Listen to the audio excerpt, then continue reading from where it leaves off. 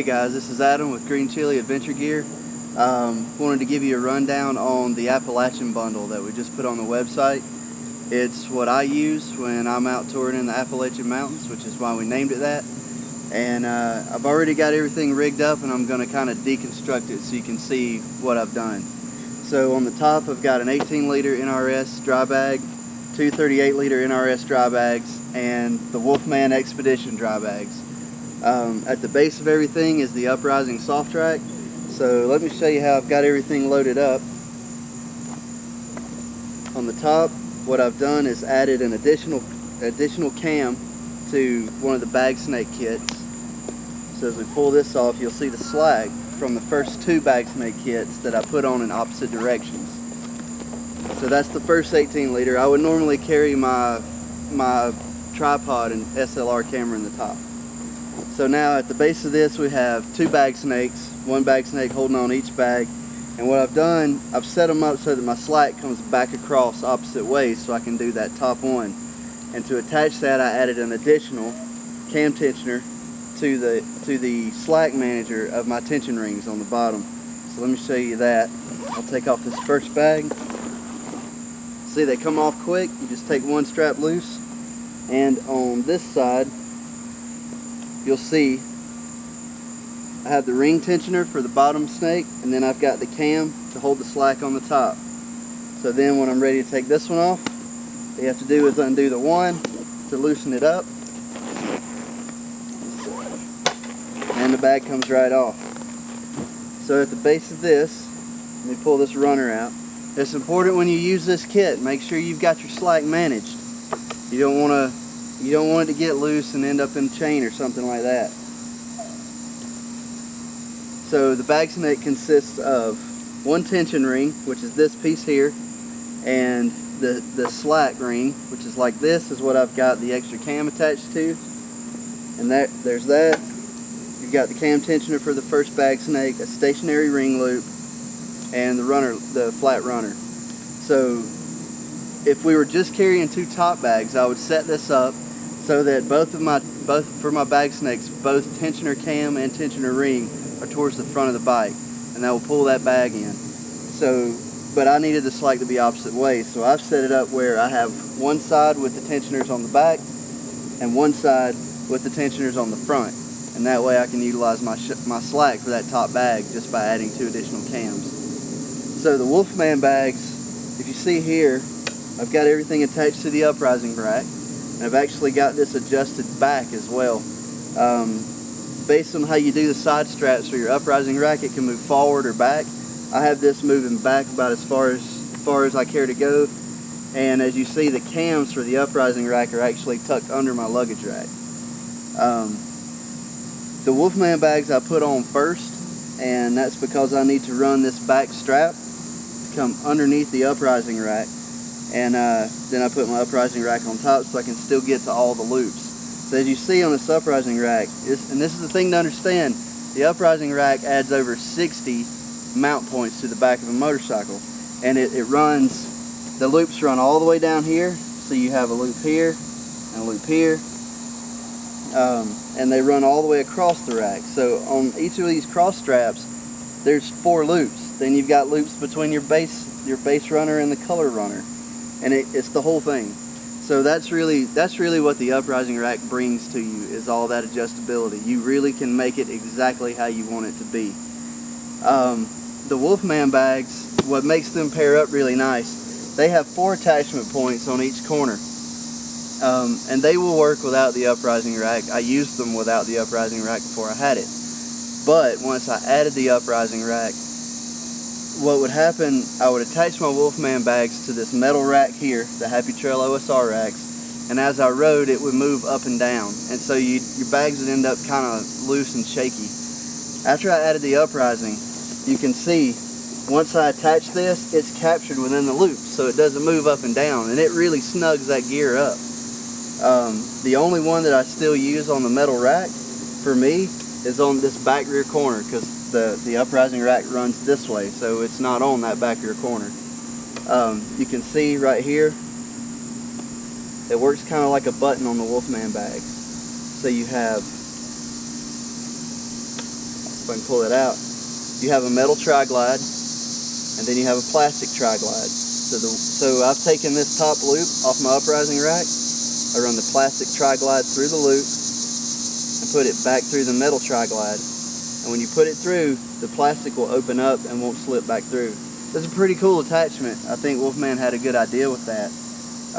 And combining that with the uprising rack really snugs it all together. And that's really the beauty of this system. You know, you can strap dry bags on with bungees or whatever, but that stuff moves around, and the more off-road you get, the more it moves around on you. I can honestly say after putting this on, and there's a learning curve to it, but figuring out how I like to ride with my load and then strapping it down so that it doesn't move, it becomes part of the motorcycle. And when you're off-road and bouncing around, there's nothing to throw you off. So, okay guys, this is a little detailed shot of the Wolfman bags. As you can see right there, we've got that metal tri-glide and the plastic tri-glide coming through the loop. As we come up, we've got another one back over here coming through the loop. And I wanted to give you an overview of kind of how I have it set up. As you can see, I've got that top plastic buckle running underneath the uprising rack so you can still get to all your loops. And this bottom buckle here, if you have a pillion, you may consider getting the Wolfman optional comfort straps. And I'll show you the side. I've actually attached the optional bottle holsters to it. And on the back here, you can see, let me move this up, you can see the tri-glide hooked into the uprising rack there. And on this bottom one, as I move that strap, you can see that I've got it hooked to the actual metal rack. So the reason this is a good illustration, see how it moves on the metal rack there? That's why I like attaching it to the uprising rack, because all of them do that on the metal rack. It's secure and you're not going to lose it, but it does move around. So here's from the top here.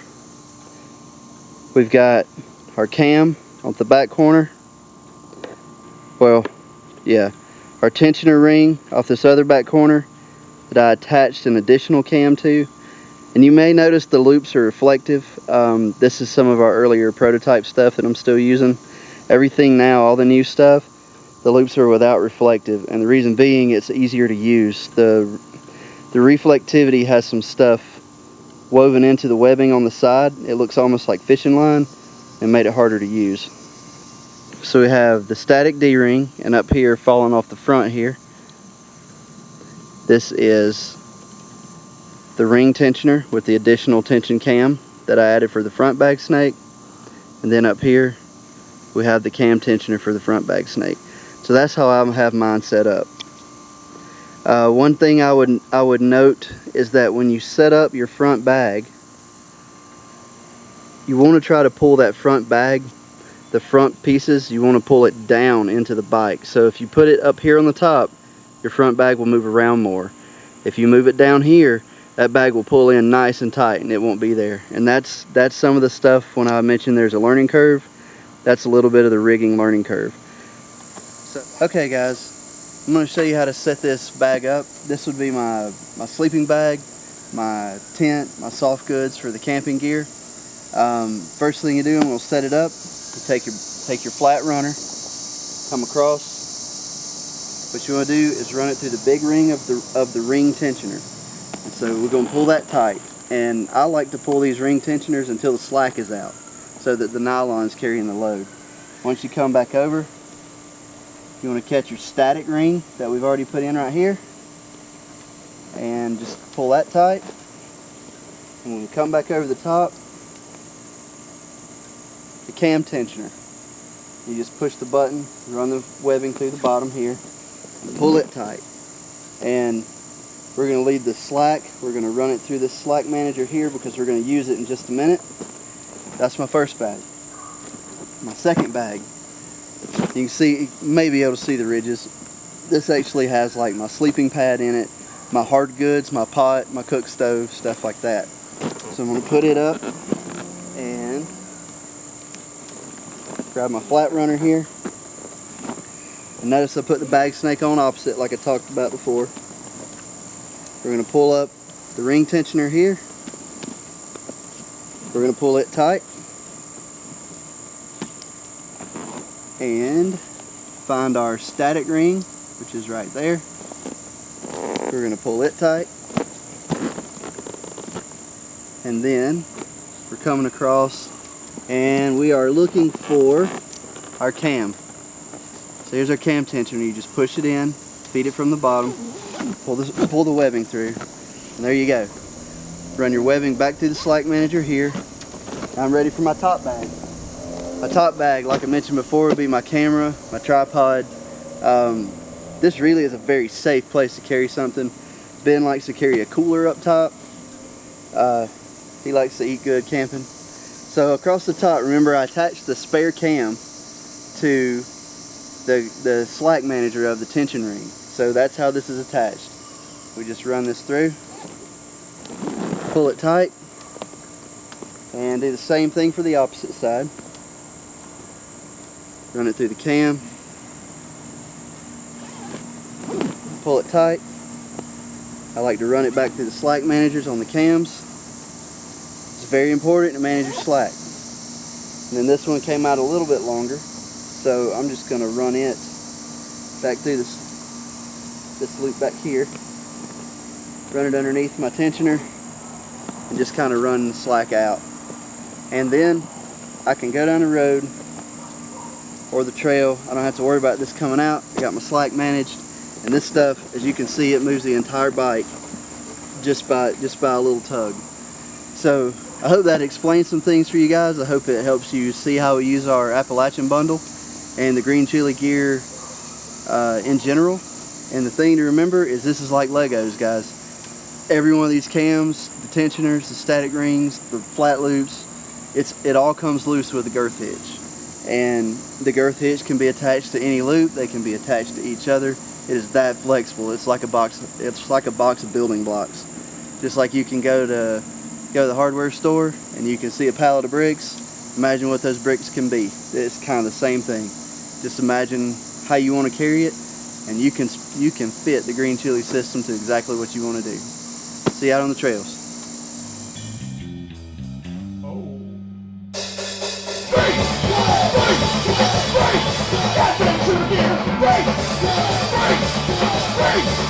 Break!